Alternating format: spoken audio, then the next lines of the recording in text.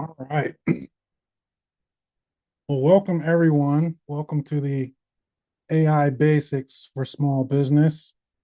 This is meant to be for the small business owner that is pretty much wearing all the hats, and this is the thousand hat problem, and just how to leverage AI, to kind of get some of that time back so that you can focus on the things that you like. You didn't come to this to be a tech expert, so to speak. Came because in a way you're tired. You're tired of doing everything, tired of wearing every hat, tired of building something you love that's slowly burning you out. This isn't about AI. This is about getting that time back. So let's talk about it. Who am I, right? I am Steve Berry. And, to set the tone real quick, I live the same world as you do. I run a small business. I have clients, many deadlines, too many tabs open at one time, not enough time, you know, and, to keep it real, I'm not here to impress you. I'm here to simplify things so you can actually use this stuff. Uh, because if you walk out here and don't take action, this is a waste of your time. So I work with hundreds of small businesses annually. The hottest topic being AI. I'm an automation engineer by trade. So I do this all the time. So let's talk about what we're going to go over. First, we'll talk about the basics of the presentation as of the thousand hat reality and why passion isn't alone isn't going to get you across the finish line every day. Then we'll go into the concept of the LLM, the large language model, the robot, so to speak, being your partner. We'll talk about what AI is and what it isn't, right? And then we'll jump into, some real stuff, something that you can probably relate to. And then with some real case studies, people who are really having problems and what they use to solve them using AI. And then we'll jump into kind of some stuff, some action steps that you can use today, something that you can, leverage today, get started on tomorrow.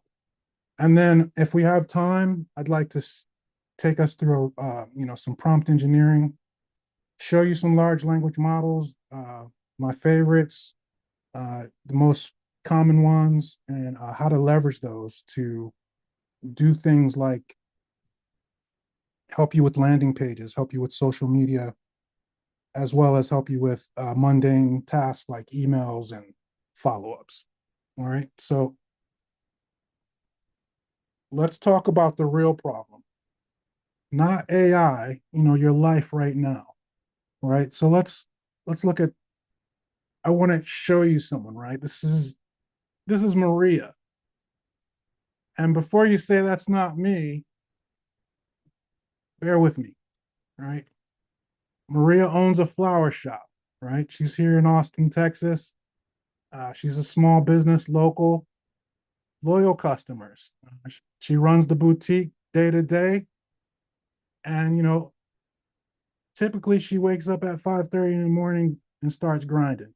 And so before 7 a.m., she's already putting out fires, right? She's chasing paperwork. She's forgetting marketing. She was supposed to post on social media this morning, but she didn't. Missed calls that she hasn't followed up on, and losing track of her inventory. And when you look at that, that's the commonality of it.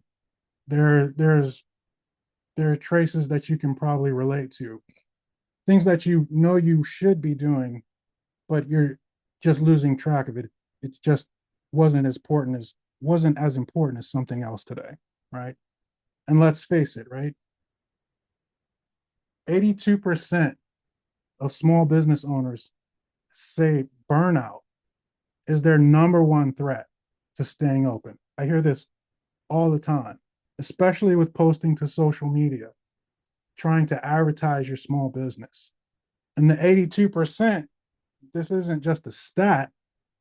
This is more like a warning that burnout, it's not that it's coming, it's that it's probably already here. And passion, the passion that you have for your small business, you can't outwork broken systems. So let's talk about fixing the misunderstanding. AI is not here to replace you. It's really here to back you up and to make you sharper, to bring clarity to cloudy thoughts, to be quick and precise without the brain fog. Or you're just staring at the screen sometimes, trying to figure out what the next step is. So what I came up with is the 3D framework, right? You've got your tasks that are dreaded tasks, right? Invoicing, scheduling, data entry, follow-up emails, you name it. The stuff that is tedious, but you know that it has to be done. Then you've got your drained creativity. You know, you're staring at this blank screen when you know you need content, but it's kind of a paralysis by analysis feel.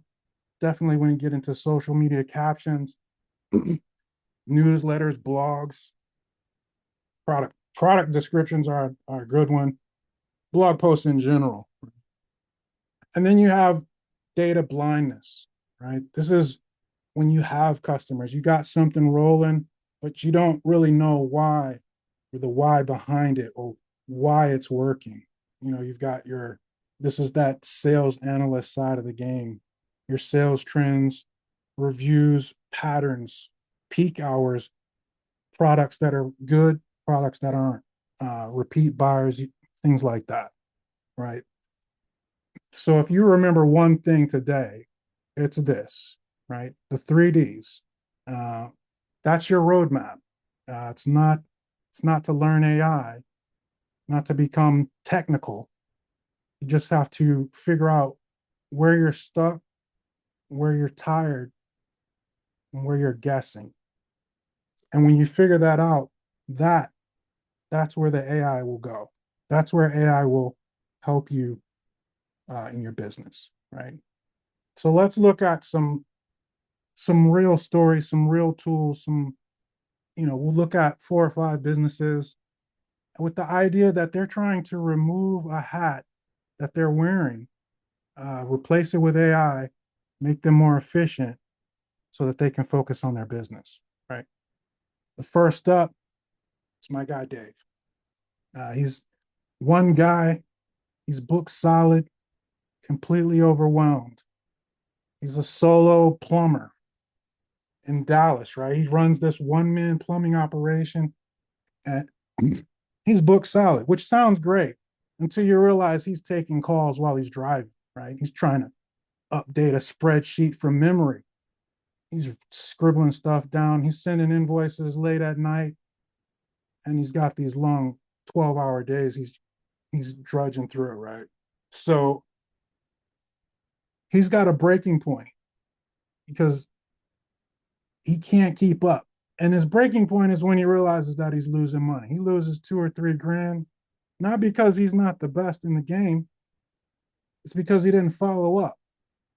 And if you think about that, missing leads, missing follow-ups, and how much money that can equate to. So as we let that sink in, he didn't lose to a better plumber. He lost to a faster system, thus the AI. So what does he do to fix this, right? He does a very simple change. He doesn't go buy some crazy software stack consultant. He used his phone to do audio notes. He mixes that with a little chat GPT to generate his professional follow-ups. And that's really it. It's a voice note, transcribed, pasted into chat GPT, gives him the follow-up, and he's able to send that off right away, as well as put it into his own CRM for logging, right? Takes him about 90 seconds per call, which makes him way more efficient and allows him to scale his business, right? So now he follow ups every time. It's not perfect, but it's consistent. And the consistency in small business is everything, right? He uses his phone, his native voice app, puts that with a little transcription in ChatGPT. And then the bonus with him, he puts it with Jobber, which has its own AI assistant that will fire off the follow-up texts and emails. So that's Dave. Let's look at Pariah. She's got a boutique out in Chicago, and she's been in the game 6 years, and she's doing great, but she's guessing. She's just going on trends. Every season, she'll order inventory based on gut feelings. And every year, she either over orders one color or under orders a bestseller. So what's her breaking point is when she gets to the point where she's just looking in magazines and she's following trends instead of actual data. And because of this, she's losing thousands of dollars. And this is what I call expensive intuition, right? Last spring, she overordered the beige linen sets, right? Because she's just reading magazines and guessing, and she underorders the cobalt blue, which is what her customers actually want. And that's what the trend has been buying in her sales data over the years. But she's not looking at that and she's not analyzing it. And she can't afford the sales analyst that if she doesn't have the money to budget in a sales analyst to actually crunch the numbers anyway. So she's lost this money. And that's what when she turns to AI, right? She turns to AI and she goes to Claude. She exports her data. She creates a project. She imports the CSV to Claude. Uh, she gives it a prompt for the last 12 months of her sales. And the project will give her what colors, what prices, what percentages her customers are consistently buying at. And it gives her a clear sales analyst enterprise grade breakdown in less than a few minutes. And now when she does her ordering, she's precise. It gives her that edge. It gives her the advantage that she was looking for, right? So what she's done is she's combined Claude Pro. She went and registered with Claude, which is free at first, but you pay $20. It will give you the Pro plan, which allows you to create projects. And when you create projects, you can basically give that project instructions. And in this case, she wants it to act as her personal sales analyst and to only do that and to always act on the behalf of uh, her boutique. And then when she gives it data, it always produces the laser focused reports. She gives that agent the data, it crunches the numbers and gives her back the results. So now she's got clarity with no guesswork. And there's no day of the week where data does not outweigh an opinion. Every time the data is going to win. And so let's look at our next small business. This is my guy, Carlos. He runs the bakery and he's killing it in real life, but he's invisible online. He has no presence online and nobody knows he's there, right? So he's got the croissants rolling. They sell out every day, but on Instagram, he's dark. And so he knows in the back of his mind that he needs to be posting on social media, but it always falls to the back end because he's focused on the bakery. So what happens? His breaking point is people think that he's out of business. They think that the place is closed. And so they start DMing him. They're doing things that are online that he's not familiar with and he's not aware of. And he's losing potential business. And this hits him hard. So it's not a marketing problem. It's more of visibility problem. He had customers who wanted to hear from him, and he just couldn't find the time to write to them. So he needs to turn to AI in a different way. He needs to post to he uses Grok. He ends up choosing Grok as his LLM, and he gives it one photo every day right before he gets started, and that's it. And then Grok will give him, it will take the photo and multiply it. Now, one moment turns into basically a week of content, uh, and that gives him the leverage that he needs, and that gives him the presence that he needs online. And he's learned that he could take one good photo of his morning bake, paste it in the Grok, and it gives him a full week of Instagram posts, Instagram captions, even a short email if he needs to post it to his newsletter. And if he needs to go even further, he can make a blog post. And that takes 10 minutes at tops every morning. That gives him the leverage that he needs to scale his business and to get take that one hat off, that social media hat off, or at least make it lighter. You know what I mean? So he takes a little bit of Grok, he registers an account with that. He pays the pro plan as well. I think that's still $20. Uh, and he does the same thing. He creates a project, gives it the instructions to act on behalf of his bakery, and that it should expect him to give it a picture every day, and it's instructed to give him back the post. And what that gives him is the consistency. One simple prompt, he doesn't need an agency, no stress, and it just executes. And I'm sorry. And so it executes and gives him the, 5 or 6 posts he needs to post once a day, give him the consistency. And to take it one step further, he could add on a chat bot to his Instagram to handle his DMs as well. So let's look at another one here.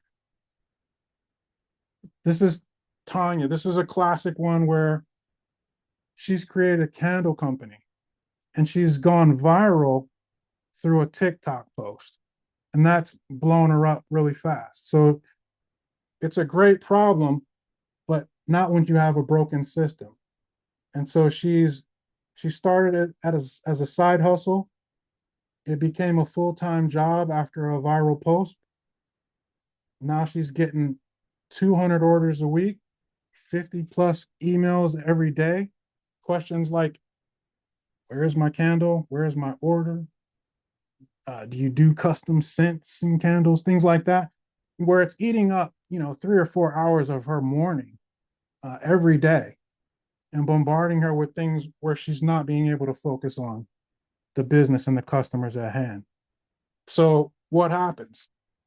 She's draining herself. Success is almost killing her because the volume without a system equals automatic chaos. So now she's burnt out. She's on the verge of closing the business just because she's blown up so big without a real system to help her. So she's running a Shopify store plus the brick and mortar. So what she does is she leans on TDO. TDO is like a chat bot that you mix with your Shopify store.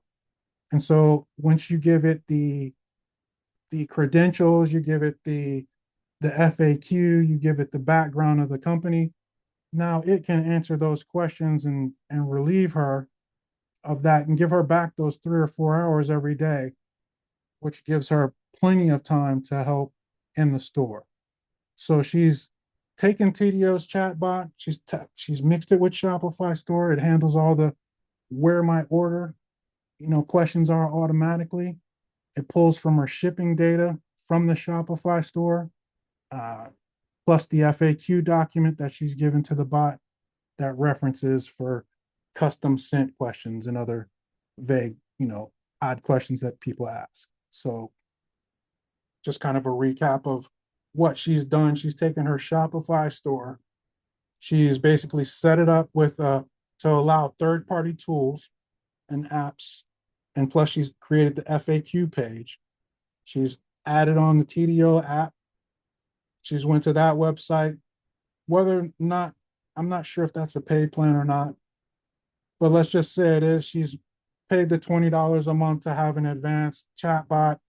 She registers the agent. She hooks up her FAQ and she hooks up her company page, and now it can answer those questions, which gives her back that time uh, every day.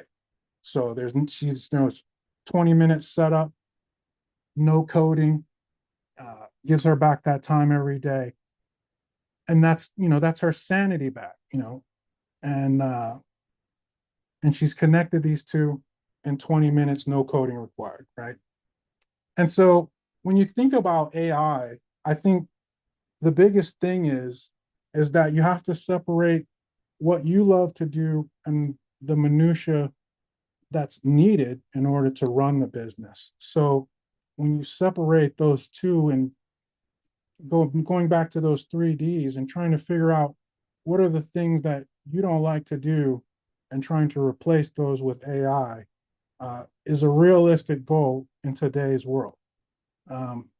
So I want to take you through like some tools that popular LLMs and various tools real quick, just to kind of give you some things that you can use today, some action steps that you could take today, and to remove at least one hat, if not many hats, by creating a combination of AI tools that can help you offset some of the minutia that you work through.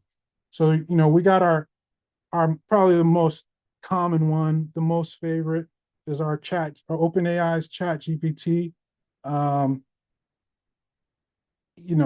If nothing else, if you haven't already, I would start with Chat GPT. If you don't do anything else, do this, and talk to it like a human being. Notes, don't overthink too much with the prompting. By giving it natural language, it can give you back good information. It's very solid stuff. This is where I started, and we'll get through it. But it was my favorite, and then as of today, I think Claude is my favorite. But we'll get to that. Um, we got Outer AI. This is for people who think fast and type slow. This is a favorite of mine.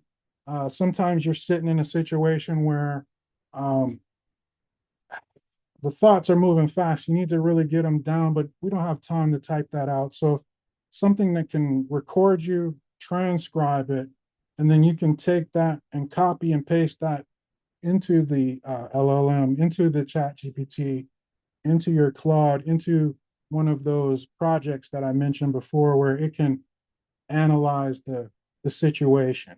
And in the live session we do today, I'm going to show you some pretty interesting ways to leverage the LLM to get it to do some great stuff for you. So another one, Google Gemini, definitely up there. One of my favorites behind Claude. When it comes to the large language models, the LLMs, your Chat GPT, your Google Gemini, your Claude, they all act similar in terms of being able to produce chat, do projects in pro plans, as well as create images and landing pages and code, etc. So this is a great. I like to use Gemini because it's tied to Google, which is the largest search engine. So in my mind, it's tied to the best data. So it gives me that edge in terms of kind of being a brain that I can lean on, compare outputs. Uh, Overall, I don't think you should be loyal to any one large language model. I like to mix and match them in terms of prompting results and then running it past another LLM. And I'll show you all that stuff in a live session later. Um, Another one here is TDO. If you're answering the same question 10 times a day, you're wasting your life. And you should automate it through a tool either like TDO or TDO itself, just so that uh, especially with like products in Shopify stores, answering the same question over and over again and wanting to uh, give customer service in a timely manner, and not get people lost in the sauce, lost in DMs and whatnot. Getting an AI tool to handle chats across the spectrum, whether it be Facebook, Instagram, wherever there are DM direct messages, uh, instant messages, where customers want to know something, and that response time matters, right? Another one is really it's a really Zapier, but I'm mixing it with Wave accounting, but Zapier is really the focus. This was a tool that I definitely started out with. It doesn't it's not too complex, but it definitely handles automated situations like if you get emails every day, certain processes that you can that always happen the same way. You may get an email from clients and you want to automatically put that into your CRM. You may want to have an automatic response, drip campaigns and whatnot. Zapier is a great tool to get started, to help with that, so to make yourself sharper in terms of customer service, automating, getting clients into your CRM, getting them tagged, getting them, you know, just having clean data overall. Zapier is a great tool um, to work with. Um, I don't know. Do we have any? I'll stop real quick. Do we have any questions? No question. All right. Well, I'll I, keep going. yes, I have a question, and I'm not sure if you all are aware that the chat feature is disabled, but the question that I have is how do you know when? Let me get my thought together. As far as all the ones that you suggested, you are introducing quite a few new ones for me, and I thought I was pretty savvy. And so my question to you is how do you stay up on all the things that are coming out so you can be more efficient to fit your need? That's a good question. How to stay abreast? Trial and error has been my own uh experience, and even with learning, Claude being a favorite of mine, that's only within the last 2 weeks. Before that was Gemini, and probably 30 days before that it was Chat GPT. So it moves fast in terms of evolution. And before that it was Deep Seek, so I stay on top of it definitely through looking at other, for me, looking at other engineers, looking at what they're using. Uh, Claude definitely I became curious of it personally, just being transparent. I became curious about it through the news, and they were using it for like some basically for war, and I was curious to see, well, I use Chat GPT, I use Gemini, let me give it a spin, let me see what it's got. And it actually turned out to be better than I thought. So um, just getting out there and trying new stuff is I think the best approach, and not being afraid to try new things. Don't fall in love with one large language model. Be open to using different ones. I see a hand up. Yes, my question, Steve, is a follow-on to your comment about Claude becoming a new favorite.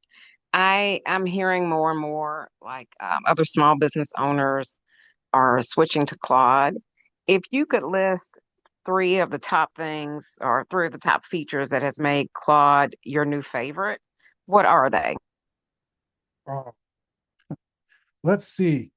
For me personally, I write a lot of code, and you're trying to you're really trying to replicate someone to review the code. You know, and quote unquote back in the day, you would have a physical person who will review your code, give you feedback on how to change it, how to make it better, things like that.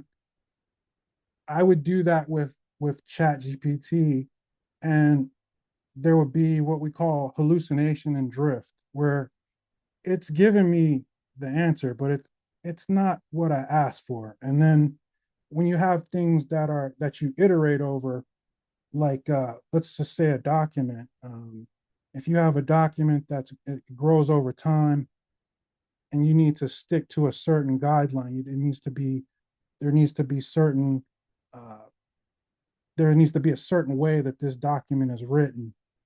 Giving it to Chat GPT, it seemed to forget what we were doing over time. Whereas with Claude, the way that I've set it up and the way I'll show you later is that it always knows where the most current file is. So when I ask it a question, it's always going to go back and look at the most current file. And it's always going to look at the most current guardrails to see if it's changed or what it should do right now in this current question. So that's one. Two, on the landing pages, that set me apart. It set Claude apart from the rest of them because I was able to, I work with a lot of small businesses, and sometimes they need help with their website, they need help with their landing page. We may do a feasibility report, and maybe they need to pivot, and we need to create a landing page right away. And just and when you work with so many businesses across many categories, sometimes you can get bogged down with creativity. So I was able to find that Claude, as long as I gave it the right guardrails and gave it the right information, that it was able to produce a great starting point in terms of landing pages. That's something I'm going to show you later. Just able to either give me a very great layout or give me something very close to it so that I can at least get the juices flowing, and it can give me a great starting point. And that goes for social media reports. It seems to do a much deeper dive into feasibility reports, and when I really need some really hard numbers crunched to figure out where a business should be, where its target customers are, uh, where its clients, where it should be marketing, things like that. Claude definitely gives me a strong response. So uh, out of all of them, they have their pros and cons, and I think as of today, Claude is definitely at the top of my list. So. Um, so I hope I answered your question. I got the thumbs up. All right, so we'll jump down to the next one. This section is really about prompt engineering. We all pretty much prompt engineers. You should add that to your resume because we all are prompt engineers now, and we all are at different levels of prompt engineering. So it's more about figuring out how to ask the right questions to get the right answer. And so you can learn the basics basically in not necessarily 5 minutes. I'm going to give you a 5 minute rundown, but you'll learn this over time if you haven't already, and you'll be building up uh, prompt templates and things like that. So we'll dig down this hole a little bit. And I just wanted to talk to you about just the context of a prompt. Um, we're gonna go into like governance grade in LLM projects and things like that. But at a really high level, at the basics, when you're prompting, just in a quick fire moment, there are always basically framed the same way. You need to tell it who you want it to be, what you need done, any background info that you can give it, the more the better, and then how you want the answer. And this is giving you kind of a quick level example, but even in this, and I'll show you this later. This is where I like to mix and match my LLMs. So even if I have a situation where I have a situation where I need to give it a prompt, but I'm not necessarily sure how to give it the prompt. I don't necessarily know the best way to ask it. So I'll use Gemini, and I'll say something like, and I'll show you this later, but what's the best way to ask you this question? And what's the best prompt to give you? And it'll give me a few examples of the best way to say it. And it sometimes it's, a few pages worth of stuff, but it's a solid, precise prompt. And then I can copy and paste that and put that into Claude or put it in a chat GPT. If it's something real low level, like an email or something where I'm crunching numbers, I may use chat GPT. But if I want something very precise, I need a very good answer, I need something very precise, I'll lean on Claude. If I want a book report type of response, I may use Grok. Grok is lately, it's been kind of hallucinating a lot with what I've been giving it, so I stopped using it. But in the beginning, I was using Grok a lot for the kind of a book report. I want serious details where it'll give me references, it'll give me everything I'm looking for. I'll lean on Grok as well. So let's jump into just, vague versus specific, right? You've got your vague prompts. This kind of brings a little clarity to that last slide in terms of, when you in coding, we say bad data in, bad data out. And that's kind of what prompting is. If you give it a vague question, it's going to give you a vague answer.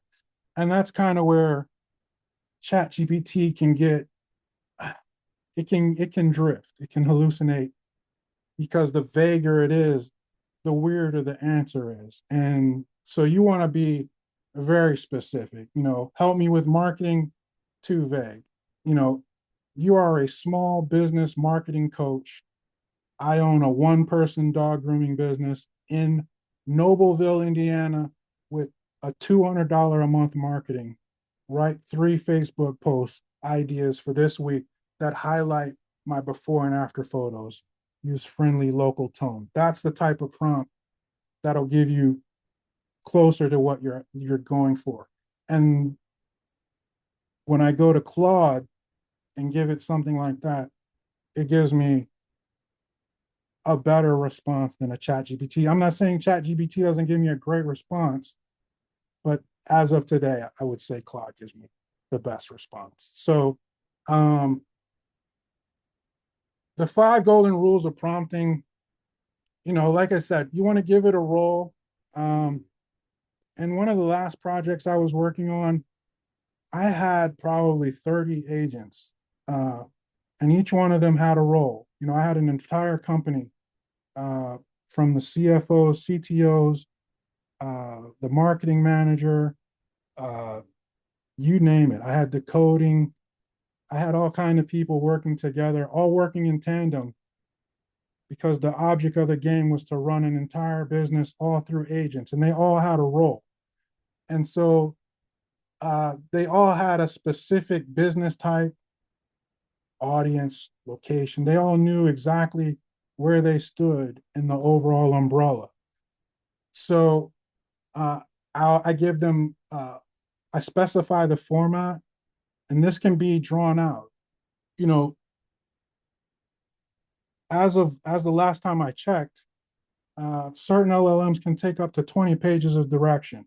And when we go into projects, I'll show you a few of my projects, but when you have a project, you can give it hundreds of documents. And so when you give it, the more information that you give that project, when you ask it questions, the better the answer is. So, and I'll show you that later. So, the fourth part is setting the tone.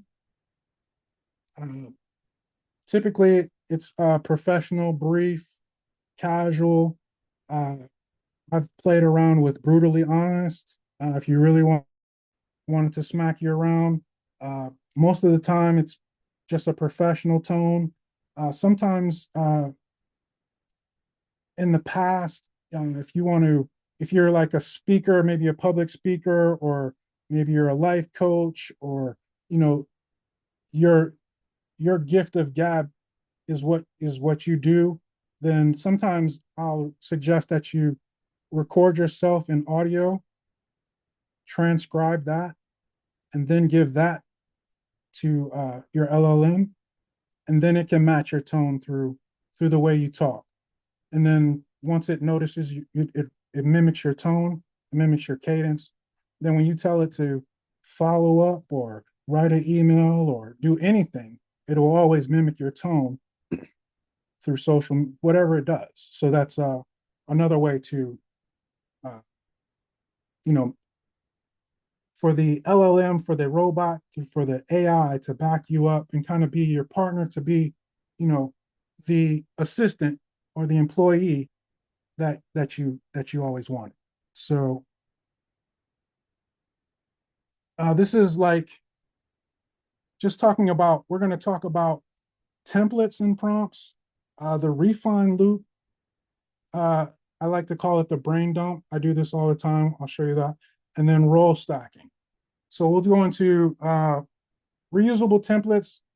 This is something this is, us being, we are all prompt engineers, and no matter who we are today, we are all prompt engineers. So you'll find, if you're not already doing it, that you will have kind of an archive of documentation where you're holding your prompts for prompt templates to do different things.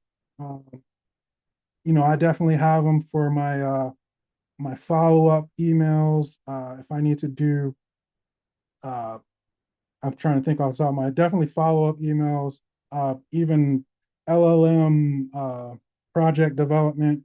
There's a certain template that I use, but you'll find yourself creating templates that match your business and what you do and what you're looking for. And this goes back to the project I was referencing, where I've got multiple employees. Each one of them has a role. Each one of them follows a template. So it's kind of a set it and forget it.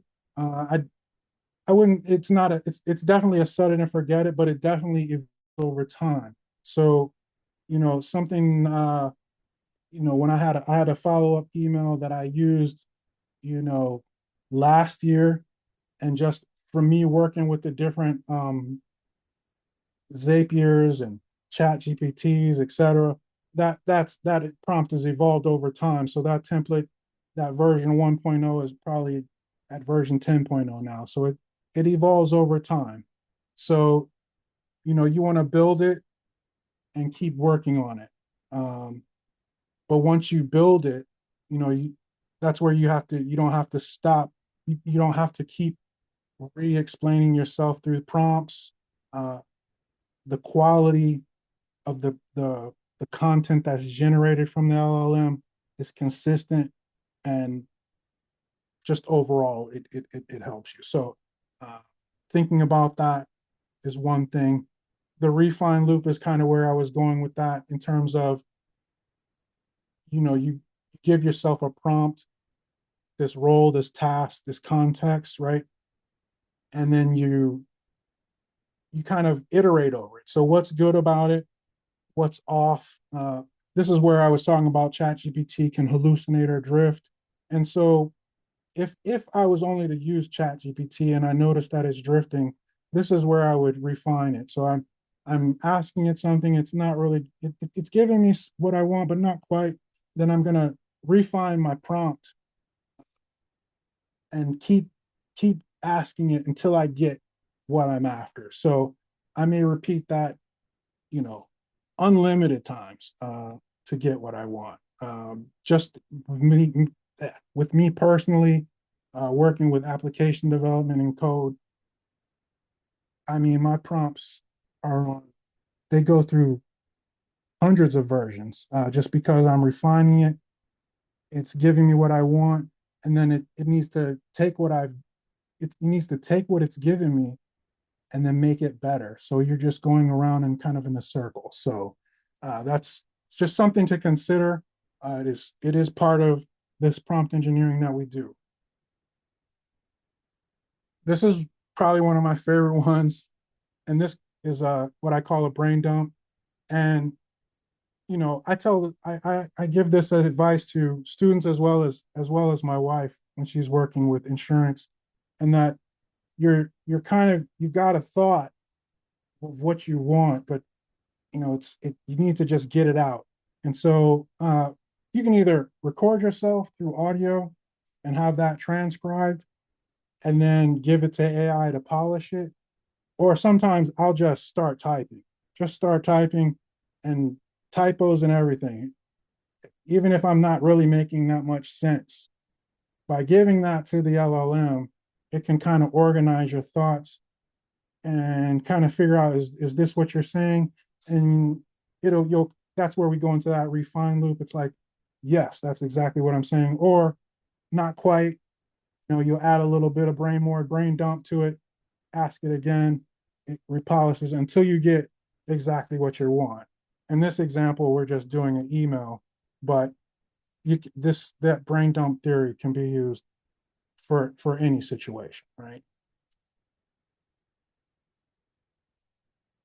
And then we go into like what I call role stacking, and you're giving the AI the full picture. Once it stacks the roles and context in one opening message, so you're kind of handling it up front, and then fire away tasks in the same chat. So it would look like, for this conversation, you're an all-in-one business assistant. My business is SBC, a type of small business development in Columbus, Ohio. My target customer is small businesses, and my brand voice is professional. Budget is tight. I'm a one-person operation, and I want you to, act as my marketer, send emails, customer replies, pricing, and act as that person for my business. And this is kind of that role stacking. You're kind of storing this in a document, and every time you need it, you kind of pull it out, paste it in there, fill in the blanks, and fire. And that's kind of what that is, right? So then I have somewhat of a cheat sheet. It's not the greatest, but it's the basics of just social media, customer emails, definitely for your Google My Business. You're dealing with reviews, um, pricing help, business planning. I use it for all the time for business planning. Scripts, talking points. If you do presentations like this, if you get online and you do like webinars, definitely great for that. But this is just a quick uh, cheat sheet, if you will. And these are like base prompts that you can take to, elaborate on that, going back to that refine loop, right? So that's a little bit of that, if you will. How much time we got here? Do we have any questions after all that nerdy stuff? What do we got? No, any thoughts? All right. Well, I want to show you a little bit of my world here in these LLMs. So we have this is DeepSeek. I believe this is a Chinese company. When you actually come here at first, it's in a foreign language, but this is an open source LLM. For me personally, I like DeepSeek because it's for coding. it gives me a very specific answer. It doesn't, jump around. And I won't bore you with the code, but this is something you can play with uh, for for different I would try this out for really anything, honestly. As long as you give it the right context, it has what is the deep think in a short search. These are pretty cool tools in terms of if it's not a deep think, it may not go out and search the web and get the references that you want. If you want it to take a little bit more time and think about the answer, uh, this is a great way to do that. Um, I found that this one coding wise, that it may not give me the most current answer. So I don't know if it does that for everything, but coding changes daily. So coding terms and coding strategies and things like that, they change all the time. So that was the one thing about DeepSeek that I found. With Grok, I used to like it for its book report style and the deep search that it would do. But as of today, my favorite thing for Grok is its image and video generation. And so it's very fast uh, and it's very precise. So let me see if I can show you some stuff I've been working on. Let's go back here.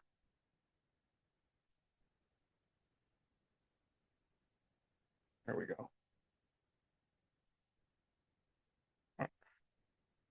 And so let's see, where was I using this a lot?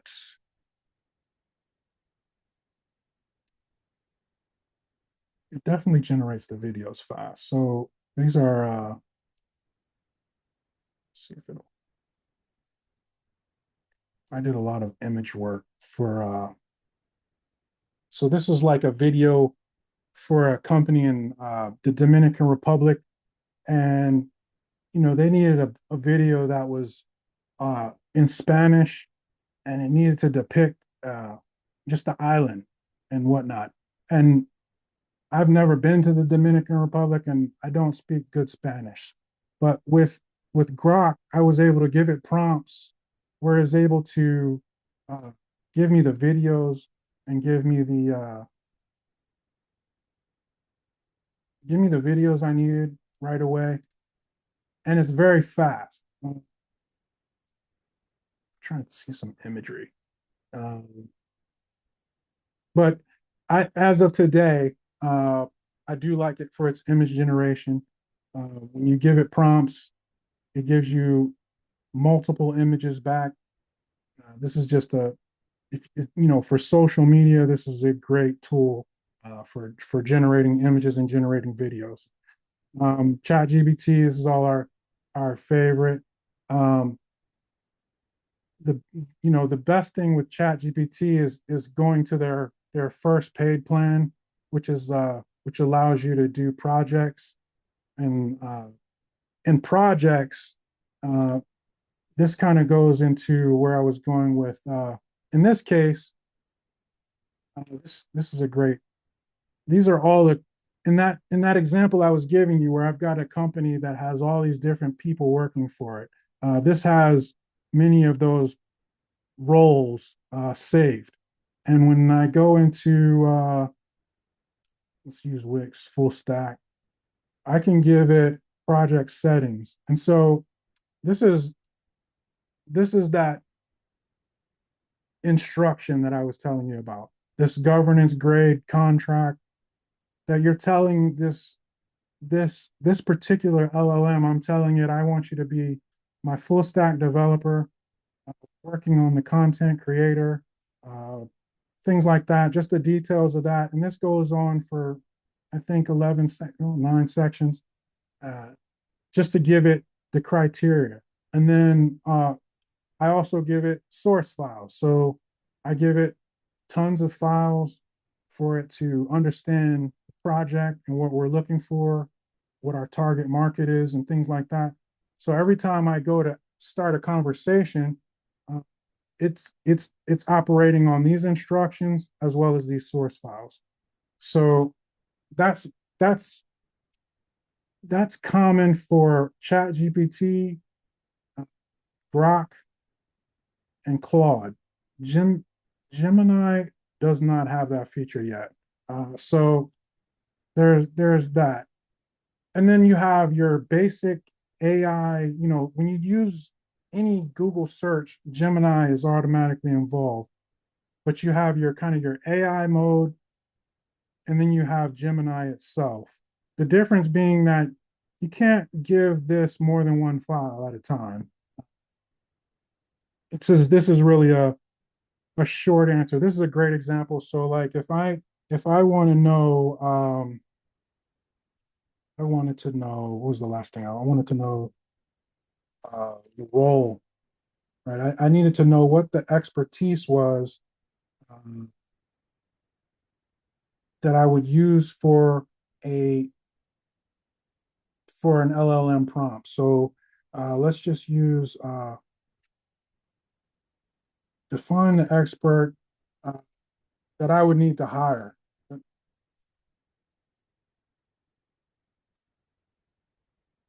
for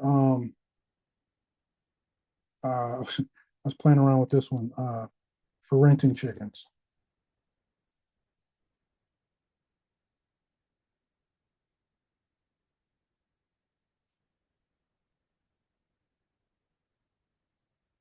And it'll give me a great rundown of the expertise that I'm looking for.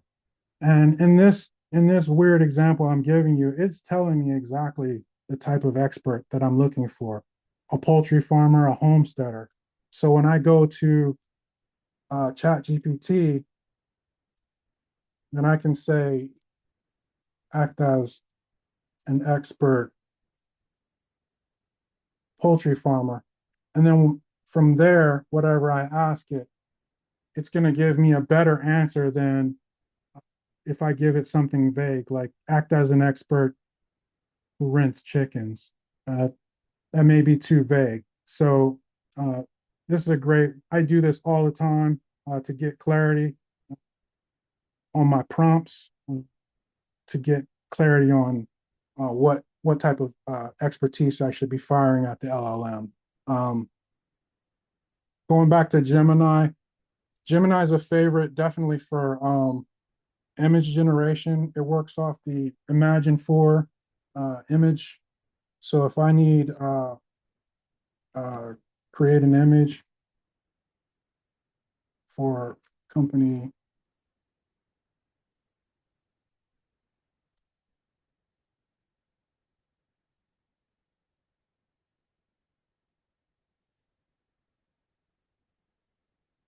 it has a great quick uh, image generation to fire off logos, social media images, um, whatever you need for landing pages, for websites. If you need a specific image, it's taking a little long now, but let's jump over to Claude. I know we're going long on this. So I just wanted to give you one quick one here. This is a great tool for I use this is I mean we're looking at projects right now, but in new chat they all you see that they follow the same type of pattern in terms of chats, projects, etc. Um, but real quickly, I want to show off its. Let's see here. So we just made that image. So that's Gemini making me a pretty decent. That's a great image if that's what I was doing, and I could use that for social media, and that's that takes very little brain power for me. And if that fit, let's just say I was posting on social media or posting on LinkedIn or whatever, there I go. I've got my content ready to go and ready to fire it off. With Claude, one of the things I like about it is with this. So let's stick with this image. I'll download this. and then I'll give it to Claude. And let's see. I've given it, okay, so I've given it my image, and I'm gonna give it a little bit of company detail. The company is named my company name is Rent a Chicken. Um, what we do,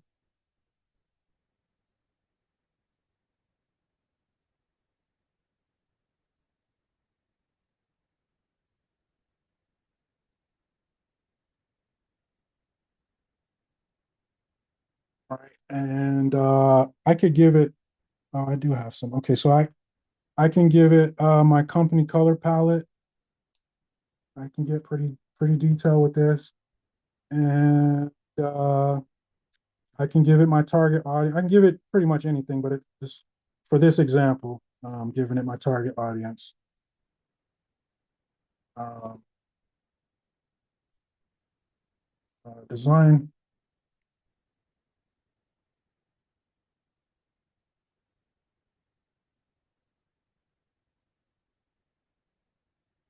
And Claude takes its time. It takes its time to read over what you give it. It analyzes the image. It analyzes the colors.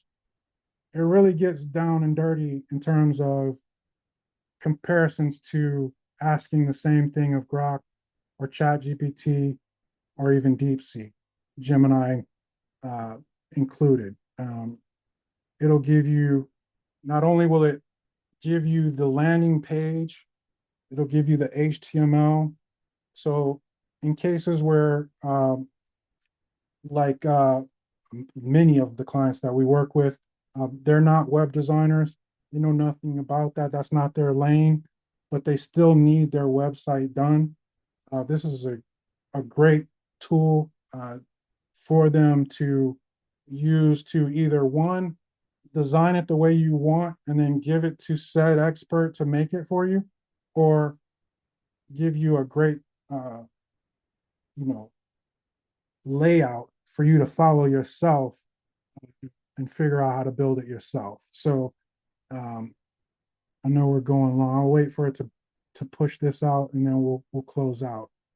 But you can see it's figuring it out. And I didn't give it a logo, so it doesn't have any branding to go with, but it's giving it its best shot. And it's giving me a solid, it's still working on it, but it's building a layout by one, section by section. Uh, I haven't given it any company details, and it's still cranking. It's cranking it out for me to, for me to work with. So we'll give it a second here.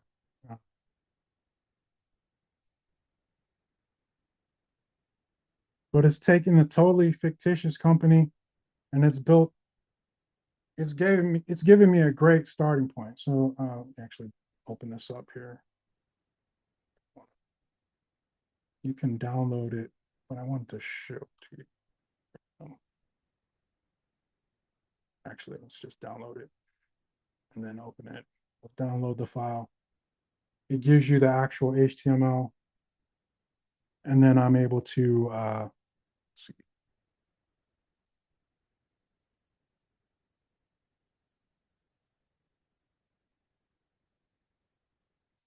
Sorry.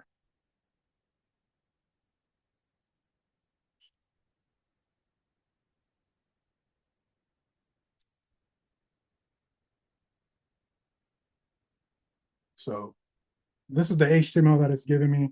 I've just opened it in Chrome so I can look at it. It looks like it tried to use that image. But overall, what it's done for me is it's giving me a great landing page to work with. And depending on what platform I'm on, I can usually copy and paste this and give me something to work with. And it's giving me the HTML, or if I need someone else to work on it, it's giving me something to give them. So that's just a little bit of what they can do for you. I know I've said a lot. Do we have any questions before we close out? I see a hand up. Yeah, yes. With what you just did with the landing page, Mhm. and you took the HTML, then, so for example, not to get into too many specifics, but like my website is in Wix.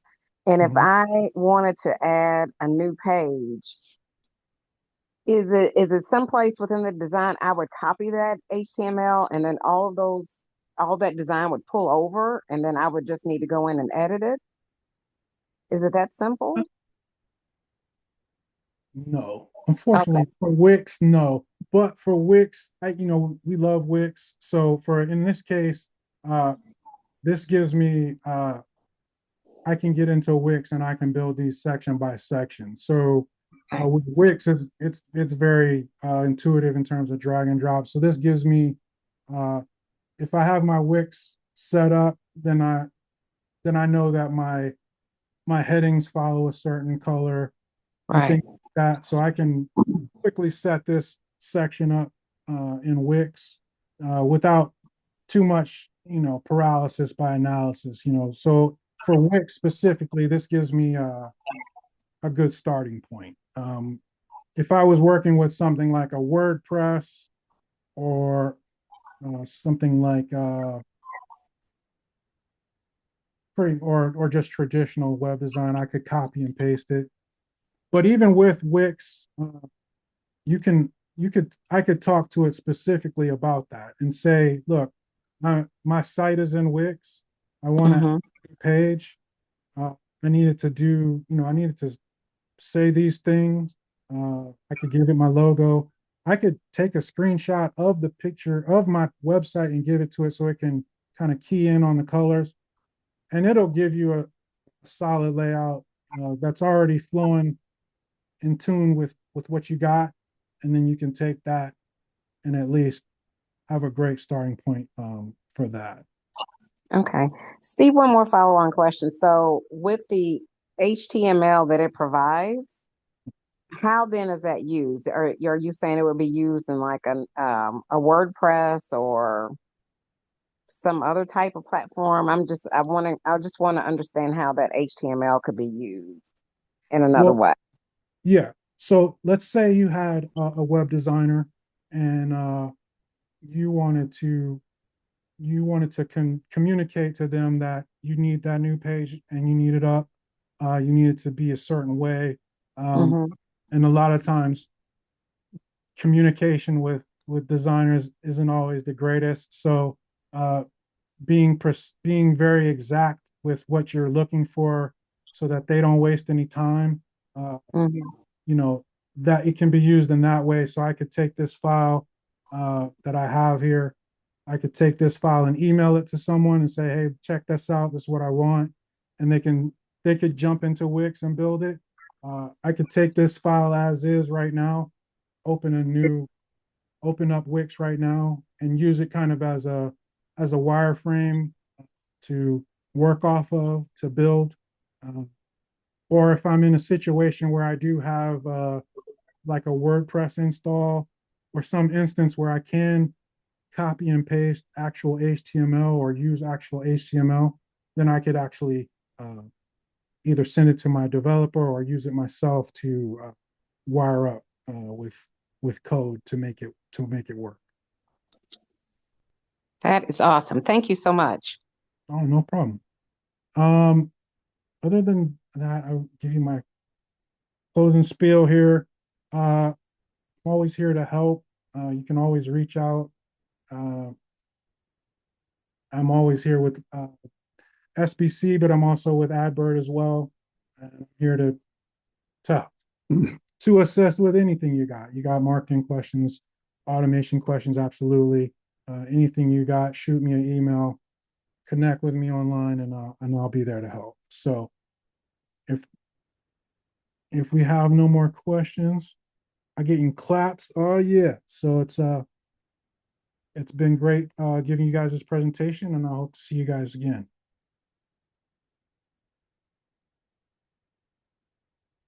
All right, thank you.